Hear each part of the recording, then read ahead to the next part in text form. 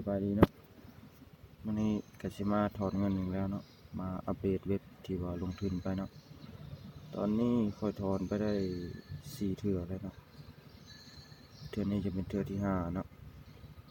เอามาที่ถอนเงินเลยเนาะ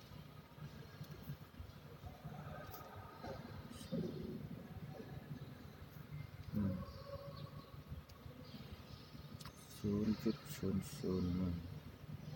เอามาที่การถอนเงินเลย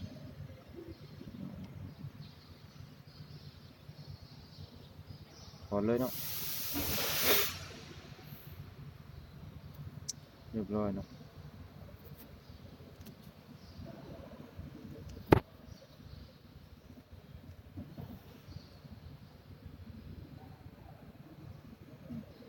บอกประวัติ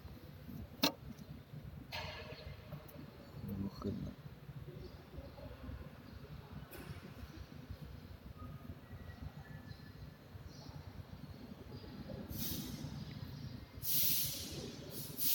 ประวัติขึ้นมาเรียบร้อยเนาะเอาไปเบิ่งอยู่ คอยเบสเลยว่าเข้าแล้วเว็บนี้ถอนเข้าไว้เนาะ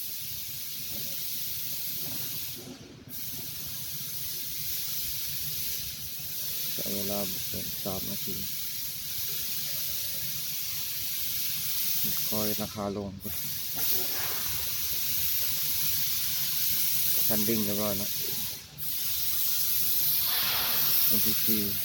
ตอน7:44สรุปว่าเว็บนี้ก็จ่ายปกติเนาะเป็นเทื่อที่5แล้วจ่ายมาเรื่อยๆเนาะใครสนใจก็สมัครเลยเด้อคลิปอยู่ลิงก์สมัครอยู่กล้องวิดีโอลงทุนกันต่ำเพียงแต่$5นะสามารถถอนได้ทุกมื้อเนาะเข้าใจอย่าลืม